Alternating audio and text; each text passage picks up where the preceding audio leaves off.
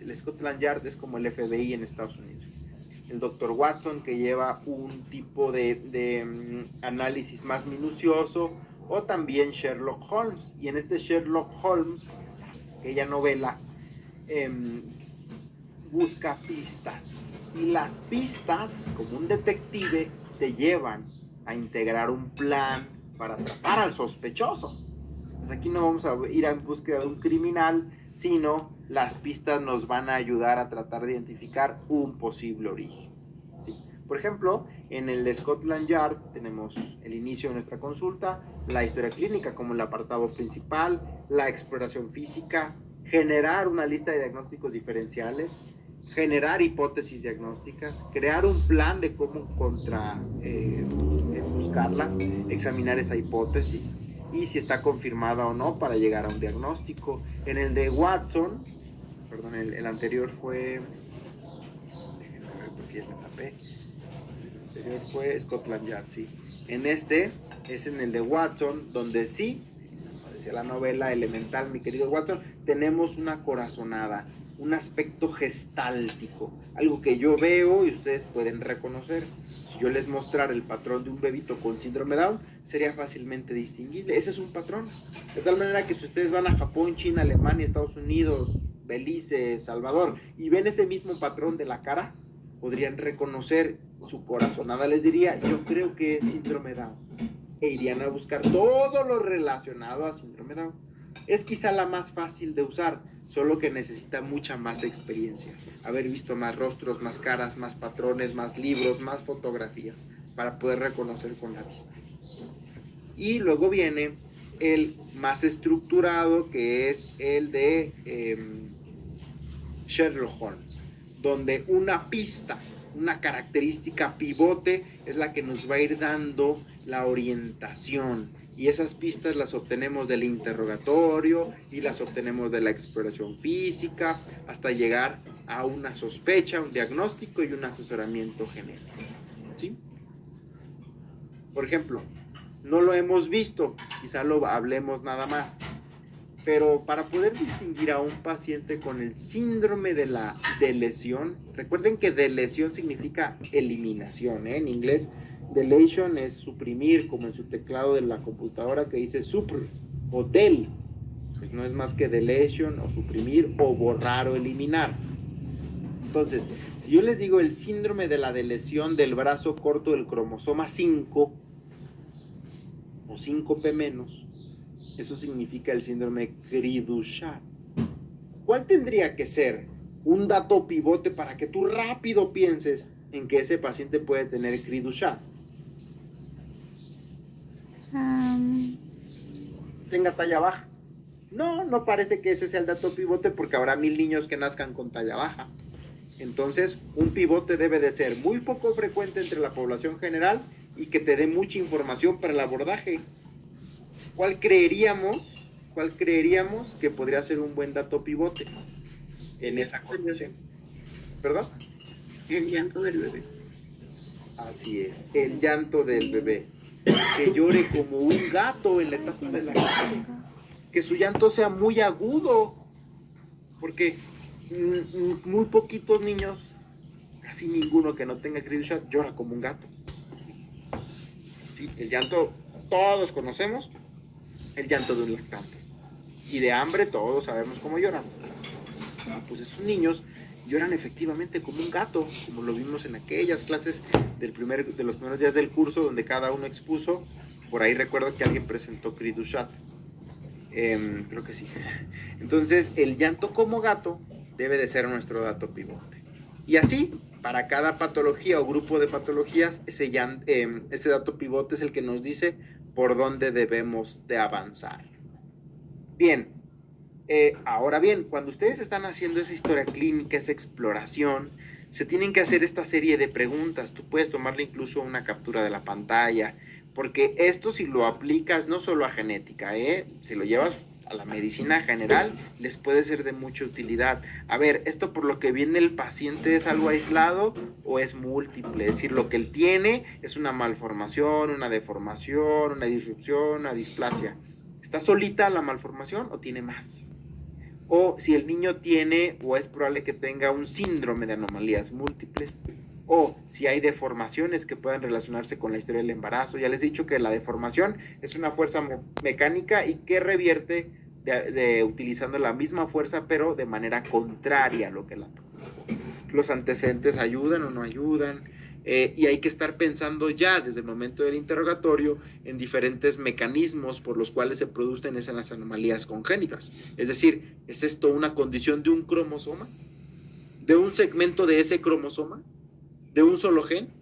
¿Sí? ¿Es multifactorial? ¿Hay ambiente y teratógeno? ¿O es una combinación de ellos? ¿Sí? Tenemos que pensar si ya han visto algo similar, también ayudarnos de la literatura, y ahora con la inteligencia artificial eso es mucho más sencillo, y también pedir ayuda a los colegas. Eso nunca lo vamos a poder obviar. No vivimos solos en este mundo, y entonces necesitamos la retroalimentación de nuestros colegas. Para establecer un diagnóstico se necesitan algunos años para desarrollar esa confianza de establecer, yo veo que esto es. Sin embargo, se necesitan muchos más para poder decir, creo que no sé qué es, y seguir buscando. Los diagnósticos gestálticos son aquellos que les he dicho que por reconocer, y lo puedo ver y reconocer solo de evidenciar un patrón, pero para eso se necesita pues la experiencia. Y ahora esta última viñeta, donde dice que aproximadamente el 5% de los niños con un trastorno del desarrollo difícil de diagnosticar tiene un fenotipo compuesto, debido a la coexistencia de dos condiciones genéticas distintas. ¿Qué creen que sea eso? Muy sencillo, que un paciente puede tener síndrome Down y neurofibromatosis tipo 1 a la vez, o que un paciente puede tener síndrome de Cri-du-Chat más Klinefelter. Eso ya sería un diagnóstico dual. Ninguno tiene que ver con el otro, y no son mutuamente excluyentes. Se pueden presentar dos al mismo tiempo de causas diferentes, y eso hace a veces que uno pueda llegar a confundirse. Miren, este modelo se llama, como dice acá en la extrema superior de la derecha, piel de cebolla, ¿sí? En ese modelo de piel de cebolla vamos a ir de lo más externo a lo más interior, y en el centro siempre de un paciente y su abordaje está el asesoramiento genético. Por lo tanto, ¿yo cómo voy a llegar al asesoramiento genético? Decirle, oiga, señor, señora, mire, el riesgo de que esto se presente nuevamente es de tanto por ciento, o la condición que tiene su hijo o su hija le va a causar esto al corto plazo, mediano y largo plazo, hay tratamiento, no hay tratamiento, etcétera. Pues cuando haya pasado tela por tela, capa por capa de este esquema. Primero la historia clínica, si hay o no datos sistémicos, si ya logré integrar diagnóstico, hacer una integración diagnóstica, si ya mediante un análisis genómico pude llegar a un diagnóstico final y a un asesoramiento genético. Y paso a paso en esas etapas o capas, pues tengo que ver si esto que tiene el bebé es una anomalía del desarrollo, es una malformación, es una deformación, disrupción, displasia, síndrome, secuencia o asociación. ¿Ok? Vamos a suponer que tiene una malformación. Para yo poder conocer el origen de esa malformación, recuerden lo que es algo intrínseco. Bueno, puedo hacer cariotipo siempre y cuando crea que es un problema de cromosomas y grande. ¿Se acuerdan cuál es la resolución del cariotipo? La resolución significa hasta qué tamaño de alteración cromosómica puede ver el cariotipo. Recuerden que el cariotipo se hace al microscopio, Menos de 5. Más de 5. Así es. Solo puede ver ganancias o pérdidas de 5 millones de letras. Eso es demasiado. Son segmentos muy, muy, muy grandes, ¿sí? Si el segmento es más pequeñito y tu cariotipo fue normal, y sospechas una condición cromosómica, que tienes que ir a un estudio de mayor profundidad, y eso es el microarreglo, por ejemplo. Y así ir avanzando hasta poder llegar a la conclusión de un diagnóstico, ¿sí? Entonces tenemos lo cromosómico, lo monogénico, y con el diagnóstico final tendríamos o podríamos llegar hasta el asesoramiento genético. Bien, y en el asesoramiento genético es donde se discuten aspectos del pronóstico, del tratamiento, los riesgos para la pareja, la detección de personas asintomáticas o que estén en riesgo de padecer la misma condición, el diagnóstico prenatal o el diagnóstico antes de embarazarse, que es el preimplantación. Bien, ahora, entrando a los aspectos de la citogenómica se referencia... Bueno, les dejo la animación. Nanometers across, but around 30 to 40 million nanometers long. To keep DNA organized and regulate access to the genetic code, it is wrapped around structural proteins to form nucleosomes, which are then further organized into fibers called chromatin. Chromatin fibers are packaged into gigantic molecular structures called chromosomes. We are now pulling away from a chromosome, up through a nuclear pore, which is a gateway through the nuclear membrane.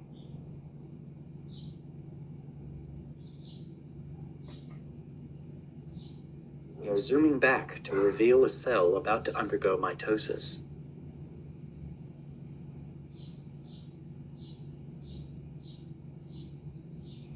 Nuclear membrane breaks down, releasing the chromosomes. Chromosomes are arranged in the middle of the cell before being pulled apart, with identical sets of DNA going to each side.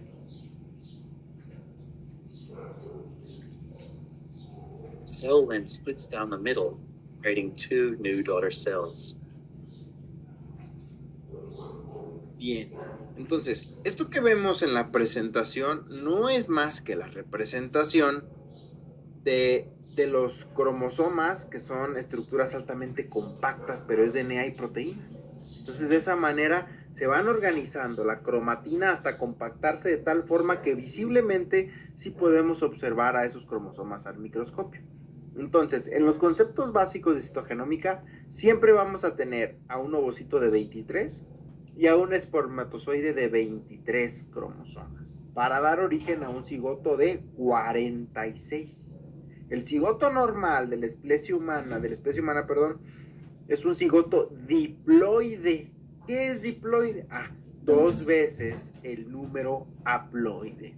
Por lo tanto, haplos es mitad. Cada gameto formado en meiosis tiene la mitad de esa información. El óvulo 23 y el espermatozoide 23. Sumémoslos y nos va a dar un cigoto o huevito de 46. Ahora imaginemos cosas muy sencillas. ¿Qué tal que el óvulo no tiene 23 sino 24? Sumen 24 más 23, 47. O al revés, que el espermatozoide tenga uno de más. Serían 24 más 23, 47. ¿Sí me explicó? Pero imaginemos que el ovocito no expulsó su segundo cuerpo polar y que en lugar de tener 23, tiene 46.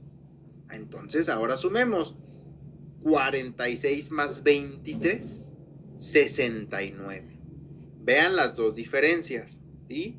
Si estoy hablando de números completos del bloque de 23, esos se llaman euploidías, ¿sí? Y por ejemplo, 69 significa una triploidía, 3 veces 23. Oigan, una tetraploidía, 4 veces 23. Por lo tanto, si yo les digo, represente a usted la fórmula de una mujer que sea tetraploide, tienen que poner el número 92. Doctor, ¿por qué 92? Muy fácil, 23 por 4. 23 por 4 son 92, coma, x, x, x, x. Esa sería la fórmula de una mujer tetraploide. Pero para poderlo distinguir de la fórmula de una mujer tetrasómica del cromosoma X, la diferencia principal es el número de cromosomas. La tetrasomía, soma, un solo cromosoma, hace referencia a que hay 4 veces algún cromosoma. No sé cuál, pero si yo les digo tetrasomía del X, ¿cuál creen que está 4 veces? Pues el cromosoma X. De tal manera que si lo normal es que tenga 46, tener 4X implicaría empezar la fórmula no con 46, 46, sino con 47, 48. Y entonces su fórmula debe de quedar 48,XXXX. Y esa es una tetrasomía 12, tetrasomía del cromosoma X. Bien, déjenme ponernos en el chat. 92,XXXX. Eso que está en el chat, ¿qué es? Una tetraploidía o una tetrasomía del cromosoma X. Tetraploidía. Sí es, porque está 23 por 4 y 23 por 4 es igual a 92. Recuerden que n es igual a 23, ¿sí? Por lo tanto, n por 4 es igual a 92. Y ahí estaríamos con esa tetraploidía. Pero, doctor, usted nos dijo una tetrasomía del cromosoma X, y ahí ya no estamos en las poliploidías, ahí ya estamos en las aneuploidías. An, recuérdenlo, en medicina significa sin, es decir, sin múltiplo exacto, múltiplo del set haploide.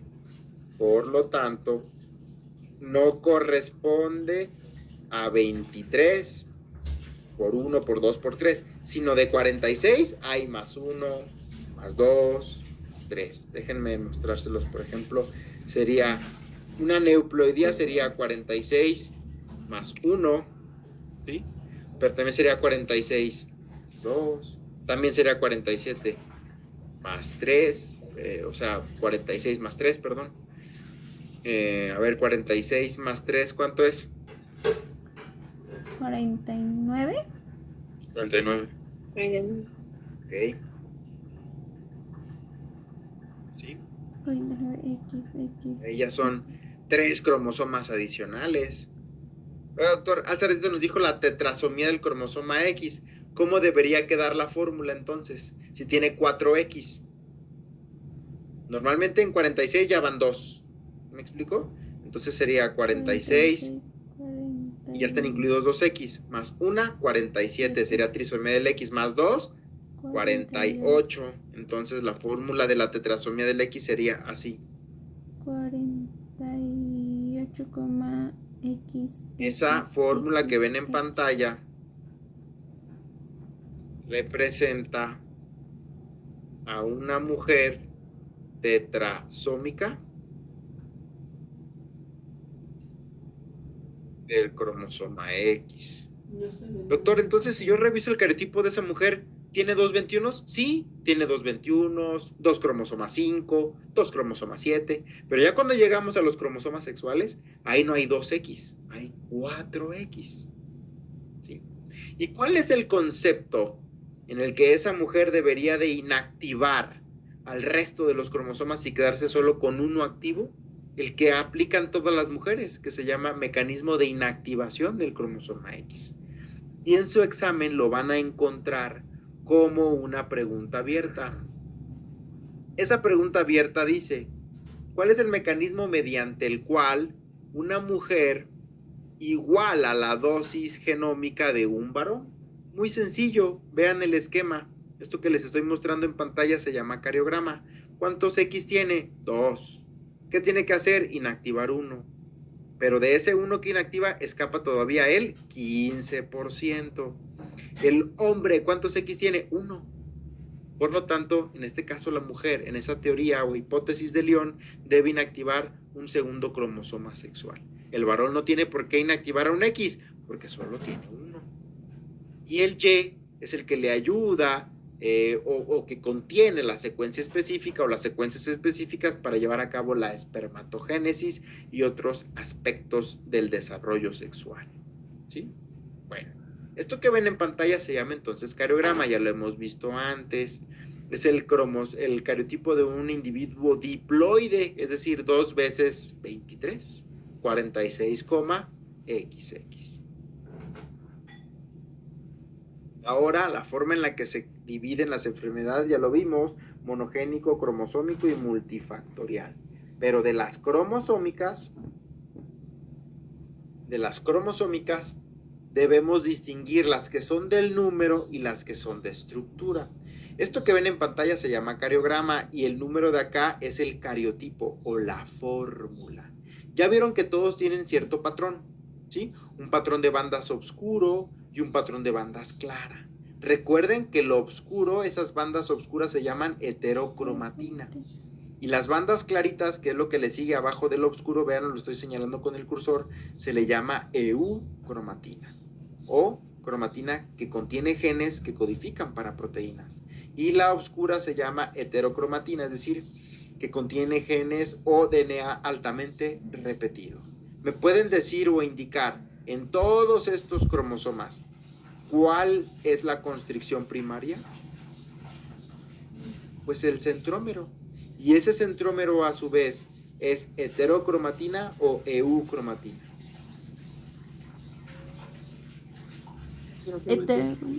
El centrómero de cada uno de estos cromosomas es heterocromatina y por eso siempre se va a teñir de un color más oscuro y representa DNA altamente repetitivo. Bien, lo habíamos visto en las clases iniciales. Los cromosomas entonces no son más que ADN unido a proteínas. Estas proteínas son histonas y no histonas. Las células del humano tienen 46 cromosomas dividido en pares y esos pares son recibidos cada uno de ellos por los gametos de cada uno de los papás. De tal manera que del número 1 hasta el 22 se les llama autosomas, ¿sí? El par de autosoma 1, 2, 3, 4, 5. Véanlo en el cariograma.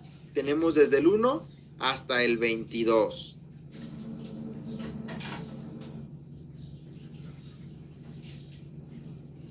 Entonces, en la parte final de este cariograma tenemos a los cromosomas sexuales, el X y el Y.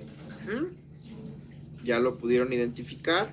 Ahora, si hago, digamos, una radiografía, un acercamiento a este mismo cromosoma, me encontraré que tiene una constricción primaria. A través de ese centrómero yo lo debo dividir en brazo corto y brazo largo. El corto llamado petit y el largo, la letra Q, que es la que sigue en el abecedario. De tal manera que en esta anatomía general de un cromosoma vemos la constricción primaria y los extremos de cada cromosoma. Dijimos que los extremos se llaman telómeros, telos final o extremos. Y esos telómeros están formados de ADN también. Sin embargo, hay un repetido TTA, CSG, me parece que sí es así. Ese repetido ayuda a estarse replicando en la parte distal de cada cromosoma porque tienen un ciclo específico de divisiones.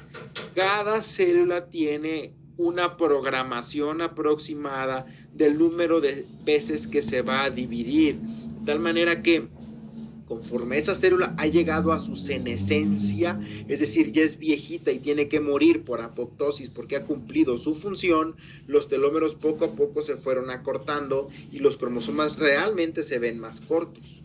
A diferencia de lo que ocurre en una célula neoplásica, donde esta misma puede tener la capacidad de volver a replicar las secuencias que están ubicadas en los telómeros y tener esa, entre comillas, inmortalidad de las divisiones. ¿Sí?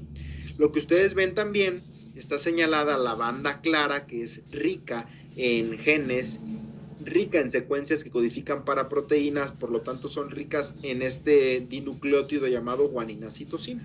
Replican en etapa temprana durante S. Recuerden que la fase S del ciclo celular no es más que la síntesis del DNA. Y las bandas obscuras representan la heterocromatina. Son ricas en adenina y timina. Oigan, de aquí viene una pregunta. La pregunta dice, ¿la heterocromatina es rica en AT o en GC? Pero ¿para qué me va a servir eso? Es que ya te dije que la heterocromatina, y la mnemotecnia dice heterocromatina con T primero, lleva adenina y timina. Y la eucromatina es rica en guanina y citosina. ¿Por qué lo tenemos que aprender? Porque cuando vean la anatomía general de un cromosoma, véanlo, las bandas oscuras representan estructura, representan sostén. Y las bandas claras tienen genes que codifican para proteínas. Por eso es que se llaman eucromatina Todo esto en una técnica de bandas que se llama GTG. ¿Sí? Bien. Por eso la adenina y la timina tienen 3 enlaces, ¿no? Para que le den más estructura. Tienes 2. 2. Recuerde que adenina y timina van con 2 puentes de hidrógeno y guanina con citosina van con 3 puentes de hidrógeno.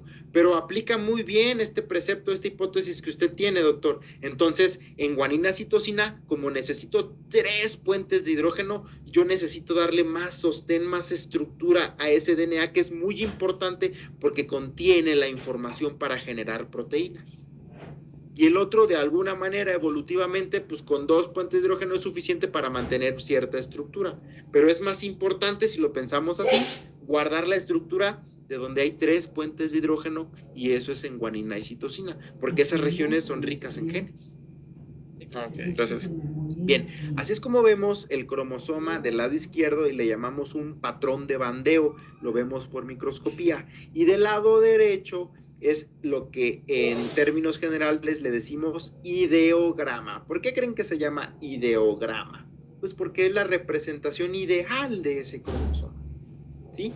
Y ese ideograma nos está mostrando del lado derecho una banda clara y una banda oscura. Si me muevo hacia la derecha, estoy viendo una mayor resolución. Bandas oscuras, bandas claras, bandas oscuras, bandas claras. Y si me vuelvo a mover a la derecha, estoy viendo todavía mayor resolución. ¿Qué quiere decir esto? Que conforme aumente mi resolución del microscopio, yo soy capaz de ver más bandas. Sí, tanto eucromáticas como heterocromáticas. ¿Y qué creen que significa los numeritos que están a la derecha de este ideograma? Esos numeritos son los loci. Recuerden que los loci es la palabra plural de locus y es el cajoncito donde están ubicados los genes. De tal manera que estos numeritos que ustedes ven a la derecha hacen referencia a la posición genómica, la posición física, realmente en el genoma dónde están ubicadas esas secuencias. ¿Sí?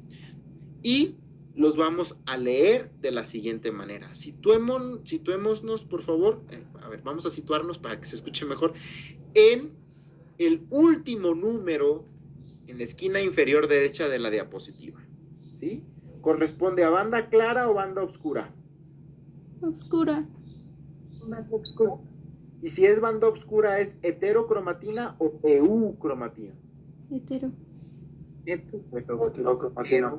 Y la hetero es rica en AT, mnemotecnia hetero AT.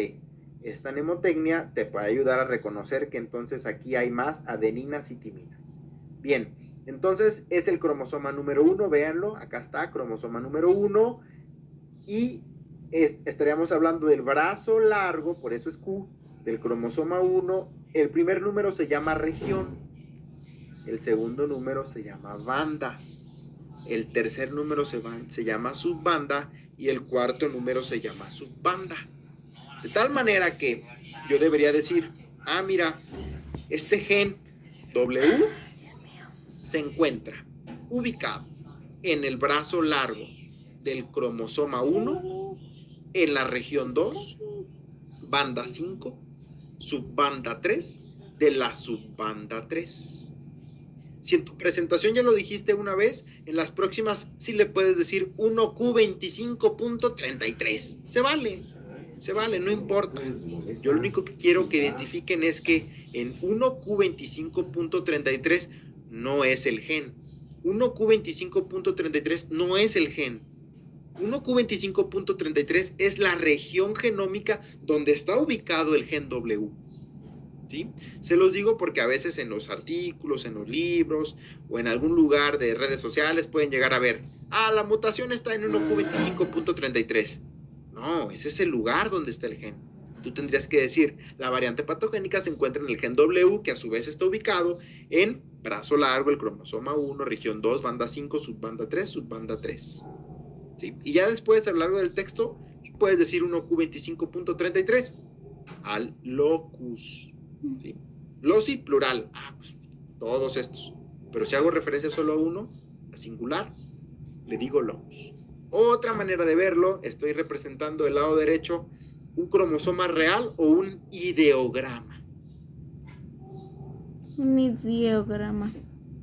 Oh. Es un ideograma, así es la representación ideal de ese cromosoma, una representación esquemática o en dibujo del cromosoma 8. Constricción primaria, que es el centrómero. Esta es la anatomía general de un cromosoma. Brazo corto, brazo largo.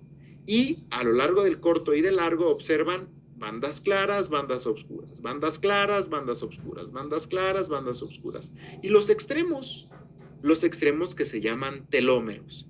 Por ejemplo, la imagen te está mostrando un zoom, un aumento en la profundidad y en la resolución de la imagen de la región telomérica del brazo largo del cromosoma 8.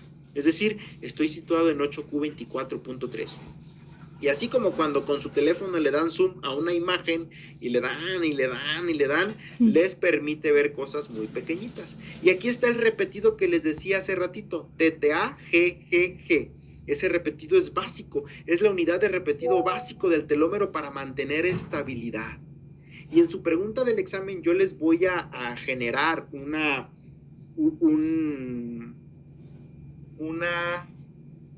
pues valga la redundancia, una pregunta una pregunta abierta, donde dice, en sus propias palabras, ¿cómo se forma un cromosoma en anillo? En sus propias palabras, ¿cómo se genera un cromosoma en anillo? Y el cromosoma en anillo, piénsenlo, ¿quién le da la estructura y el sostén de estabilidad a cada cromosoma? Los telómeros.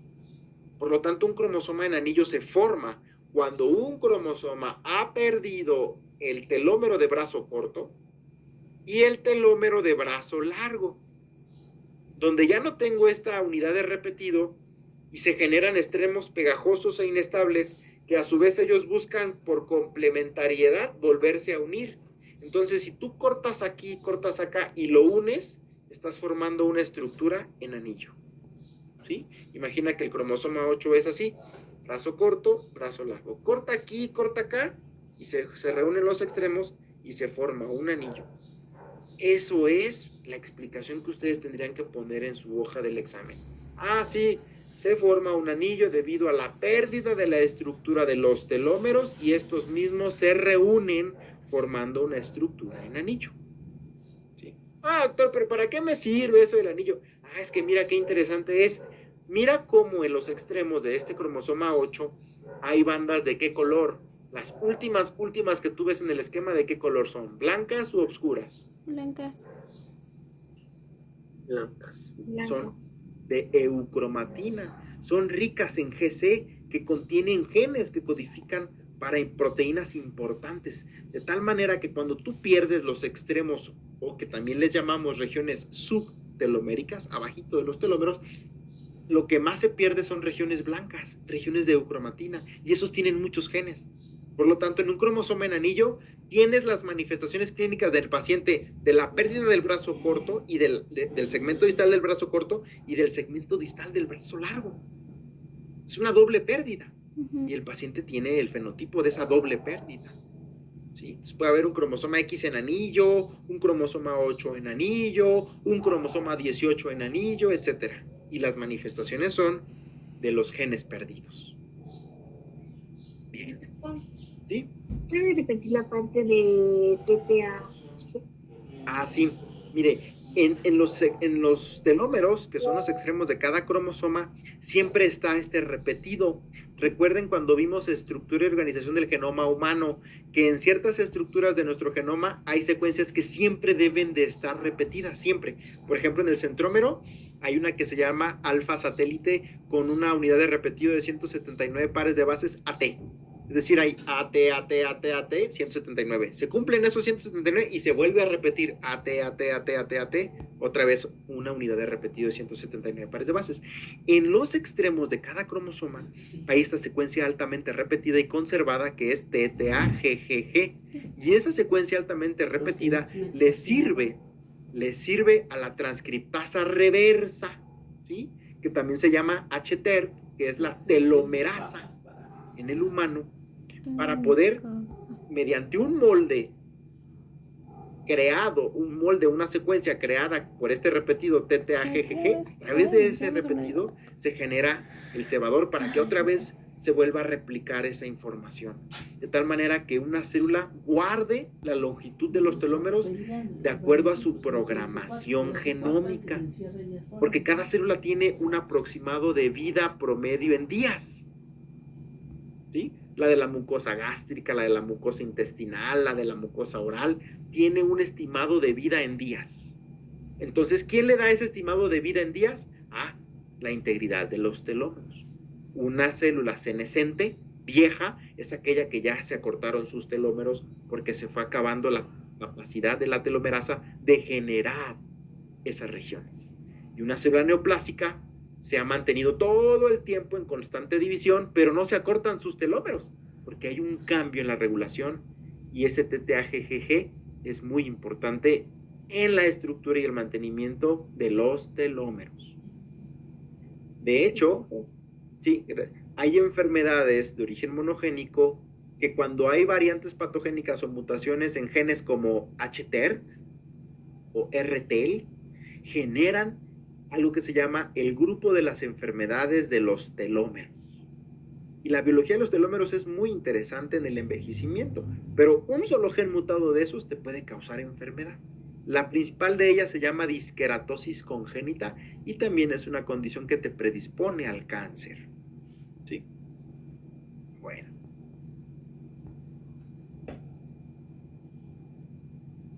Bien, hasta aquí nos vamos a quedar. Les voy a mandar esta presentación. No puedo, porque pesa tanto. Mañana se las comparto por AirDrop. Pero me gustaría que leyeran el capítulo de anomalías cromosómicas en el libro del Castillo o en el libro de Thompson, cualquiera de los dos. Anomalías cromosómicas en Thompson o en el del Castillo, Genética Clínica del Castillo, ambos en español, para que lleven más idea de lo que vamos a ver el día de mañana. Bueno, muy bien. Nos vemos entonces mañana. Nos vemos, doctor. Cuídense mucho.